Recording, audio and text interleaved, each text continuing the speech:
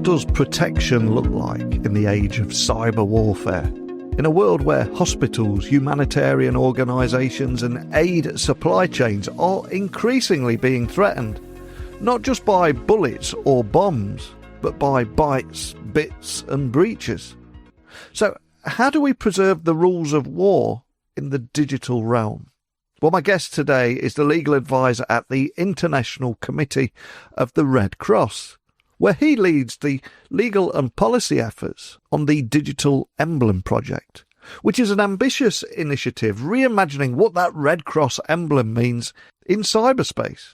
And for over 160 years, that Red Cross emblem has served as a universal signal of protection for medical and humanitarian services in all times of armed conflict. But now, as that battlefield is expanding into networks and code, they're asking, can a digital marker play the same life-saving role online? The goal is not about rewriting the rules, but to apply international humanitarian law to modern threats.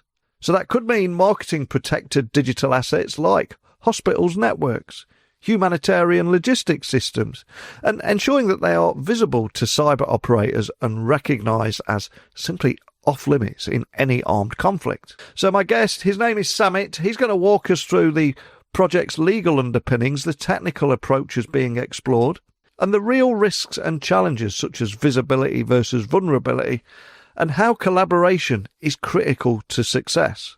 And with support coming from Microsoft, cybersecurity firms, and hundreds of other tech companies via the Cybersecurity Tech Accord, I also want to create a call to action for anyone in the tech industry to play a part in this too.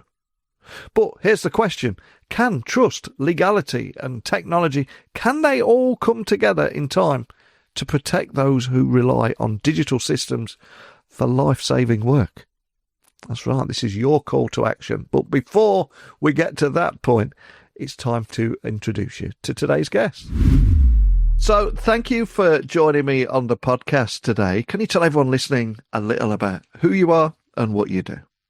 Sure. Well, first of all, thank you so much for having me on.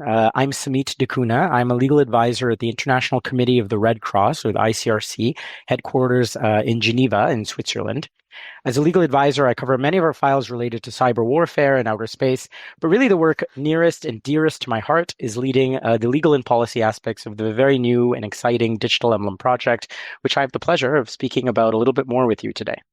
Fantastic. Well, there's so much I want to talk with you about today, because one of the things that I try and do every single day on this podcast is get people thinking differently about areas that technology is impacting our life, their work, and indeed our world in ways that you don't automatically maybe think about or associate with technology. And if I take the Red Cross emblem, for example, long being recognised in physical conflict zones, but not necessarily associated with technology. So what was the catalyst for creating a digital counterpart, and why is it needed now? Yeah, so absolutely, Neil. The Red Cross emblem, also the Red Crescent and Red Crystal, has been a powerful symbol of protection, recognized across borders, languages, and cultures for over 160 years.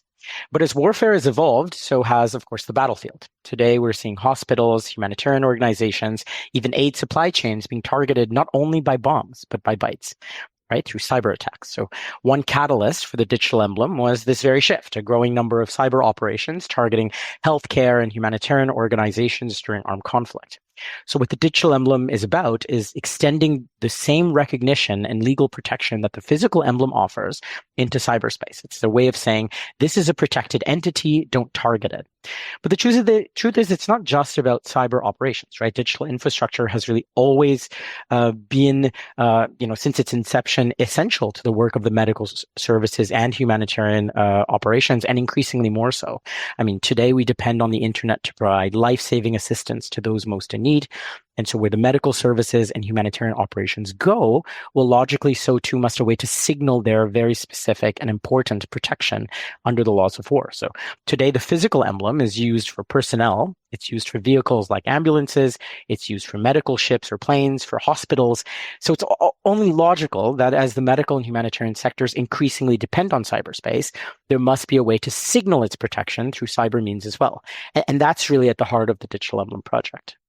And it's such an important point to raise, especially at a time of increased global conflict. And a great point you made there about being targeted by bits and bytes, not just bombs. And I think cyber operations during armed conflicts have increased dramatically, as have attacks on critical infrastructure and all the software and technology that critical infrastructure sits on. So can you just give me a sense of how medical and humanitarian entities are being targeted in today's digital backgrounds? Because it is something we're seeing more and more, sadly, isn't it? Yeah, well, the digital battleground is very real. And unfortunately, healthcare has been on the front lines. We've seen cyber operations that, as I mentioned, disable hospital IT systems in war zones, knocking out critical infrastructure like electronic health records or even life support equipment. And sometimes, these are they're not just accidents, they're deliberate operations. And they have a real significant human cost that we've increasingly been documenting. And, during armed conflicts, humanitarian organizations really rely on digital tools, everything from logistics software to communication platforms. When these systems are compromised, it's not just an IT issue. I mean, it really does put human lives at risk. So it's really not theoretical anymore. It's something that's happening right now and something that the international community and the ICRC in particular is really taking quite seriously. And despite that old saying of all is fair in love and war, there are strict laws in place to prevent a lot of this kind of thing happening. So, but for listeners that are unfamiliar with international humanitarian law, what legal protections would this digital emblem convey? And how do they compare to protections maybe in the physical world that people are aware of? Well, that's a really great question. So, in the physical world, the Red Cross emblem signals protection under international humanitarian law during armed conflict. So it can be used by the medical services of the armed forces, right? So the medical services of the parties to the conflict themselves. It can be used by civilian medical services, and then it can also be used by what we call the components of the Red Cross and Red Crescent movement. So the ICRC, the International Committee of the Red Cross, or the International Federation of the Red Cross, or the national societies like the British Red Cross or the Turkish Red Crescent or others. And so for one thing, it tells anyone participating in hostilities, do not shoot. This is a hospital, it's an ambulance, it's a humanitarian worker. That's sort of the role that most people know about. But actually, it does a lot more than that, because it also signals something that we lawyers, we call a specific protection under international humanitarian law. And in this case, what it signals is the obligation of parties to conflict, including when they are states, to not only not shoot, but also to respect and protect. That's the legal terminology. Respect and protect the medical services and certain humanitarian operations. And so this positive obligation means that parties to conflict must not only not shoot, they must take proactive steps to make sure that the medical services and certain humanitarian operations continue to function, even in the complex security environments that present themselves in armed conflict. So, these obligations are over 160 years old today, but to bring it to today, the digital emblem aims to serve that same purpose, just in cyberspace. And so if an entity is marked with the digital emblem, what it's saying is that this server, this system, this domain, it's protected under the laws of war. And the emblem, well, it doesn't create new laws, just like the physical emblem didn't create new laws. What it does is it helps apply existing protections to the digital domain. So it's about recognition, it's about distinction, and ultimately what it's really about is restraint. And from a technical perspective, if we take a look under the hood, what kinds of markers are being considered to implement in the emblem? Are we talking DNS entries, certificates, metadata? And if we are, what are the pros and cons of each of the things that you're looking to implement here? Well, so we've been working on the digital emblem for about 4 years now. And when we started out, we really started looking at some of the big picture options, like setting aside dedicated IP ranges for protected systems, or even creating whole top-level domains just for humanitarian infrastructure. But pretty quickly, we realized that kind of centralization doesn't really align with the decentralized nature of how the Red Cross and Red Crescent emblems work in the physical world. So if you look at history, getting into too much of the sort of gory details, the truth is that the Red Cross was chosen because theoretically any wounded soldier or any person who's treating a wounded soldier would have access to the color red and would be able to paint an emblem should the need arise, on a battlefield or in a complex environment. And so the idea was really to decentralize the emblem as much as possible, because that would increase protection. And so instead, what we leaned on is a solution proposed by ETH Zurich, a university in Zurich in Switzerland that uses cryptographic certificates. And these allow us to build what's called a chain of trust. So from a server that carries the emblem, you can actually trace the endorsement all the way back to a national authority that has digitally signed off on it. And that gives us authenticity, accountability, and importantly, decentralization all at once. It also gives us flexibility.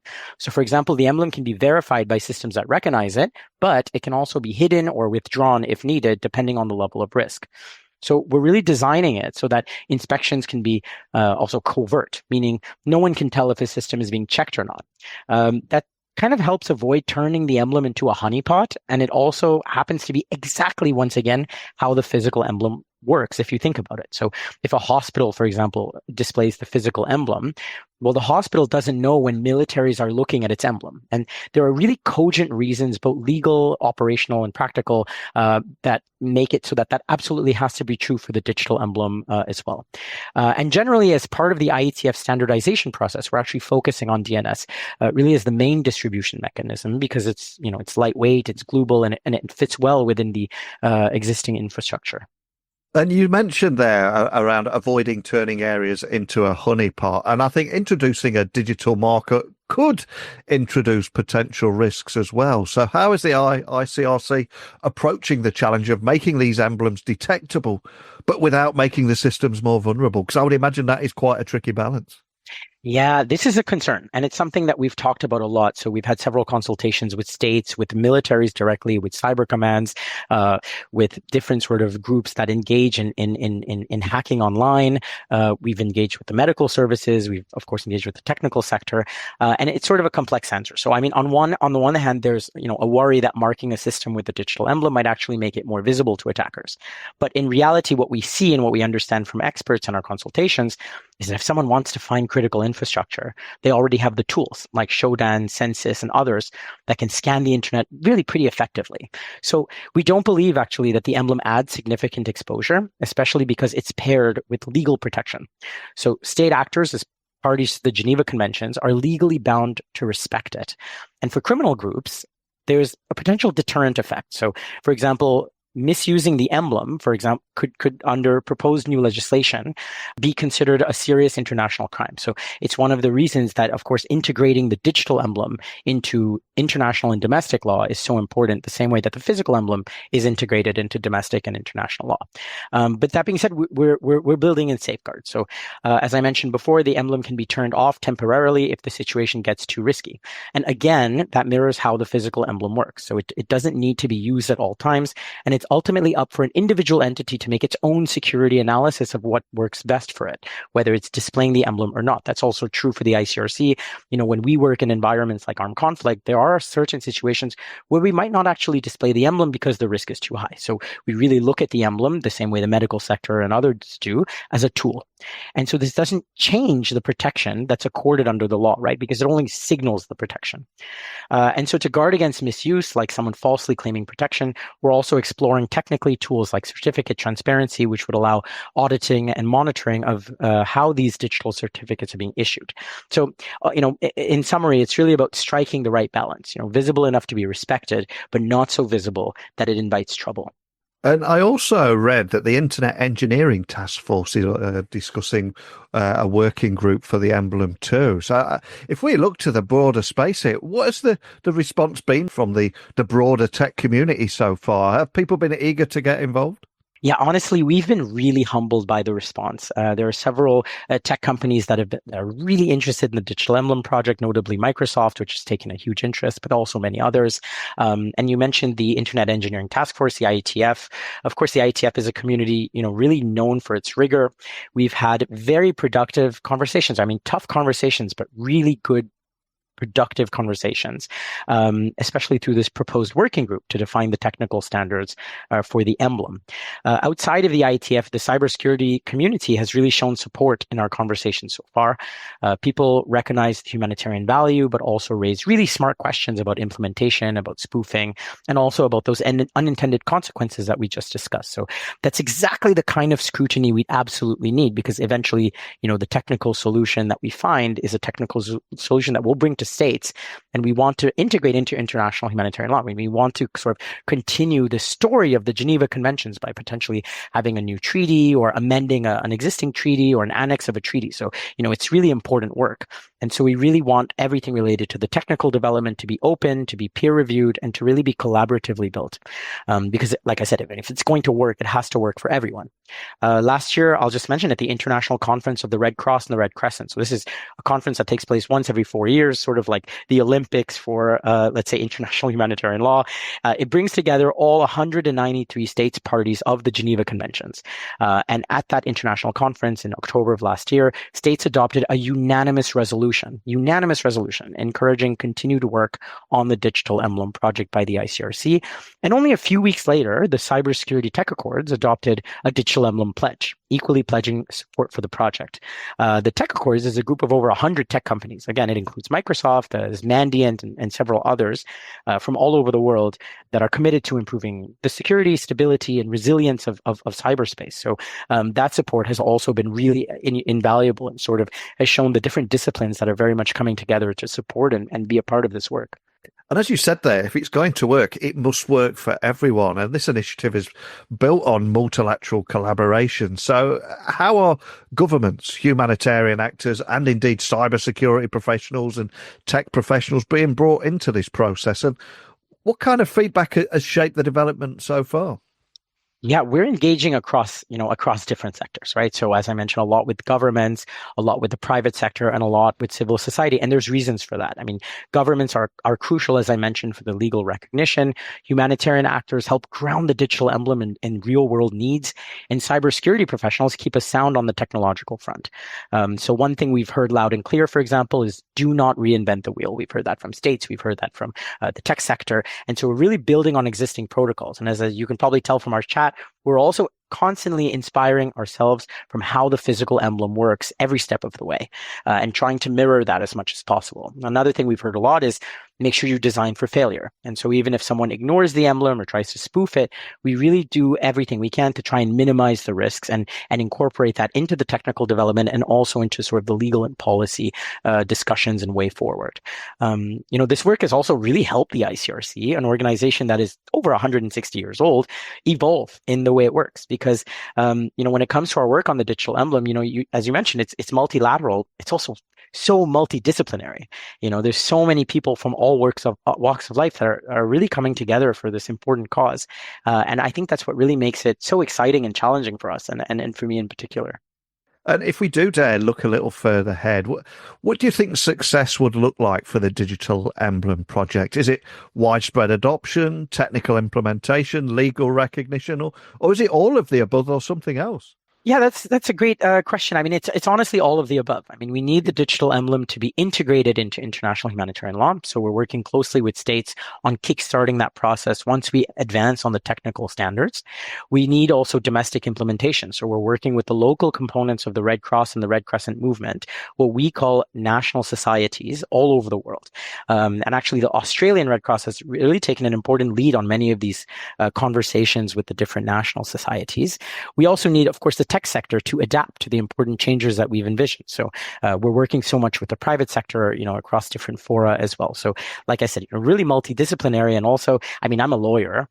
I work with a colleague who's a technical expert. We don't always understand each other. So it's about having those conversations where we're really able to sort of speak the same language. It's been quite interesting. So I think it's really all of the above in that sense. I'll maybe add one more thing that's really, really important for the success of this project, and it really mirrors, again, the distinctive emblem, the physical emblem. This project requires trust to succeed. I mean, medical and humanitarian workers who put their lives at risk in conflict, they need to be able to trust that when they display the emblem, it's respected. States and parties to conflict need to be able to trust that their medical services will be protected too, even by the adversary. And they will need to be able to trust that when it's their own armed forces that are hurt, that the medical services and the humanitarian operations are equipped to help. So for many of the risks and doubts about the digital emblem, they mirror almost perfectly the risks and doubts that states and others asked 160 years ago, when that very first Geneva Convention was adopted in 1864. I mean, they asked the question of, will parties respect the emblem? Will it put the medical services more at risk? Will it really save lives? I mean, we see this in the drafting history. States really negotiated this 160 years ago. But the story of the emblem 160 years later, I mean, it's completely uncontroversial. It's become a universal symbol of protection, known and recognized everywhere, and has saved countless lives. And a big reason for that is trust. And so more than anything, we're at an inflection point where if the digital emblem is going to succeed and have a similar story, that's what success needs to look like. It needs to have trust. What we're talking about here is an incredibly serious topic, and quite rightly too. But before I let you go, I want to try and have a little bit of fun with you here, because you've earned your stripes out in the tech field and done some fantastic work. And what is the funniest or most interesting story that has happened in your career? I'm sure there are many, whether it be legal or technical and everything in between. Is there anything you can share before I let you go? Sure, I'd be happy to do that. I have a few in mind, but I think I have a good one that I'd like to bring it back to tech in a second.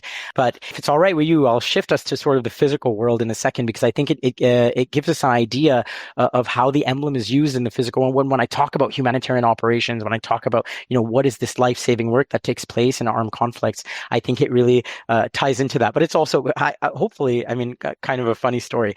But before I settle down to the much calmer lifestyle and atmosphere of Geneva, so here in the headquarters of ICRC, I actually started my career with ICRC in what we call the field. So working in countries and regions that are affected by armed conflict. And one place I worked was in Colombia. And one of the things that the ICRC does in Colombia, actually, for me personally, one of the most rewarding aspects of my job, even to this day, is what we call humanitarian recuperation. So we actually reunite families with the remains of their loved ones, because their loved ones have been lost. And sometimes those remains are buried in very isolated places. So we often, as a big ICRC team, have to go very far in the jungle or in very isolated places to sort of undertake these recuperation missions and bring closure to families that have been waiting, years or sometimes decades to know more. And so you can imagine the conditions. I mean, it's hot, it's muggy, there's bugs and snakes everywhere. We've been sleeping in hammocks for days and traveling on horseback. And there was this one time that we were, looking for these remains, and we had spent sort of the whole day trying to find them, and we weren't exactly sure where they were. And my Spanish, I was still sort of working on my Spanish at the time. And all of a sudden I heard my colleagues, they started talking about something, they started saying huevito. And huevito, literally what it means is little egg. So I was like, yes, of course, everyone's hungry. I was certainly very hungry. And I was like, okay, great. We're going to take a break. We're going to go get food soon. And then what I started to understand is what they were saying was, we need to go, there's a village nearby, a small little village of a few houses nearby. And we need to go get huevito. And I was like, okay, we want to go over there and get eggs. And, my colleagues are, the colleagues I worked with were sort of much burlier and bigger than me. So they're a lot better at sort of doing that kind of physical work. So I wanted to be helpful as well. So I said, hey, you know what? No problem. I can go over there. So I actually went over to this village with one other colleague. And when we got to the village, I said, hey, you can wait here. I'll go in and I'll get huevito. And so I go into this village and I just start asking around for eggs.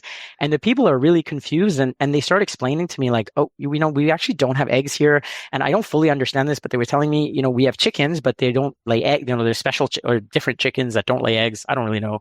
But we don't have eggs, but we can look around. So we started going to like every single house trying to get eggs. And nobody had eggs. But, people see the emblem. They see the Red Cross. They know that I'm a foreigner. Colombians are so open and friendly, and everyone really wanted to help me, and they saw that I was really committed to getting eggs. So pretty soon I have about 30 people around me kind of moving around the village trying to find eggs somewhere, and everyone's telling me the story about how there's chickens, but they don't lay eggs. And then eventually, after about 10-15 minutes, my colleague who had been waiting for me kind of storms in, and he's like, Simi, what are you doing? Where's huevito? And when he says that, well, there's one person among the 30 that are with me that lifts his hand up, and then my colleague says, oh, you're huevito, come with us. You can really help us with the work that we're doing. And then I suddenly realized that my colleagues were not looking for eggs. They were looking for a guy that knows where to dig for this, to find the remains. And his nickname is huevito, is little egg. And so, I realize this, but now I've just had, 30 people go on almost literally a wild goose chase with me looking for eggs. So I was like, I need to get out of here as fast as possible. So we go with this guy and my colleague and we walk away, and I'm about, 30 steps away, and the entire community, finally dawns on them because they start talking and they just burst out laughing, understanding what had just transpired. My colleagues never let that one go. I mean, my entire time in Colombia, they always reminded me of the Huevito story. But I think the interesting thing about that story, if we, because I did promise to bring it back to the digital, is that, one might not realize, but everything I just talked about, all of that work we do, it actually also depended on digital infrastructure. I mean, our databases where we collect and document the cases of missing persons, that depends on our digital infrastructure. We use digital infrastructure to communicate and plan these kind of operations. We communicate across continents. We communicate with headquarters in Geneva. All of that is done online. Our equipment operates with digital or satellite infrastructure. So really, even in this very specific case of a remote activity in a faraway place, our work depends on the continuity of digital services. And so even for me, this activity shows that the digital emblem is really needed and it's important. Wow, what a fantastic story. Absolutely love it. I love how you brought it back to digital in the end as well. And as I said at the very beginning, it is a very serious topic, this. And for anybody, any organisation, government, anyone wanting to get involved in this or find out more information, where would you like to point everyone? Yeah, thanks so much, Neil. I mean, if you're curious to dive deeper into the digital emblem or want to see how the ICRC is working on tech and humanitarian protection, the best place to start is the ICRC's website. So we have a page on the digital emblem. You'll find blog posts. You'll find our expert report from 2022. There's a 4-minute explainer video. It really sort of traces the history of the project up until now and the work that we're doing now. And if you're part of the tech community, we really, really want to hear from you. I mean, if you want to get involved, there are ways to connect with us, on the website or through the work at the IETF. We actively participate in the DIEM group. So the IETF DIEM group, so DIEM is DIEM, Digital Emblem. We'd really, like I said, love to hear from you. We're always looking for more interested partners and stakeholders on this really important work. So please do feel free to get in touch. And I would second that. I would urge everyone listening to get in touch and anything that they learned from today. I, for one, about protecting medical and humanitarian entities in cyberspace, the importance of creating this digital equivalent of the physical emblem, the technological implementation and feasibility. But more than anything, as you rightly said, for it to work, it has to work for everybody. So if anybody listening is from a government, humanitarian space or cybersecurity professionals, anyone, I'd love them to get in touch and help develop this. It is such important work, but more than anything, just thank you for shining a much needed light on this today. Thank you so much, Neil. It's really been a pleasure. What I took away from this conversation is there is something far bigger than a digital marker or a new cybersecurity protocol being discussed here. At its core, this Digital Emblem Project is a call to extend humanity into cyberspace. We often talk about those blurred lines between the physical and digital world. And I think now it's about ensuring that the protections that we've agreed upon in physical war zones, that they keep pace with the conflicts playing out online. And Samit reminded us that the physical Red Cross emblem didn't become universally respected overnight. It took decades of diplomacy, trust building and shared purpose. And the digital emblem will require the same. Ultimately, it is a multi-stakeholder challenge, one that spans legal frameworks, technical design and global political will. And this, my friends, is exactly where you come in. Whether you are working in cybersecurity, policy, infrastructure or humanitarian tech, this is your moment to get involved. The ICRC has been clear in the conversation today. They've admitted we're not tech experts. They require partners like you in the private sector and open source communities that can help develop a solution that is robust enough to meet legal requirements, but also adaptable enough for the real world. So please visit ICRC.org to learn more. If you're in the standard space, if you're working in government, regulation, humanitarian operations, please don't just think, oh, that was an interesting podcast. I learned a few things. This is your opportunity to actually contribute to shaping how international law is upheld in the digital age. As the old saying goes, the only way for the bad guys to win is good people sitting around doing nothing. So consider this your call to action, please. What role do you think the tech community, the business community should play in protecting humanitarian services online? Let me know your thoughts as always. Please, let's keep this conversation going. You can connect with me directly on LinkedIn, X, Instagram, TikTok, just at Neil C. Hughes.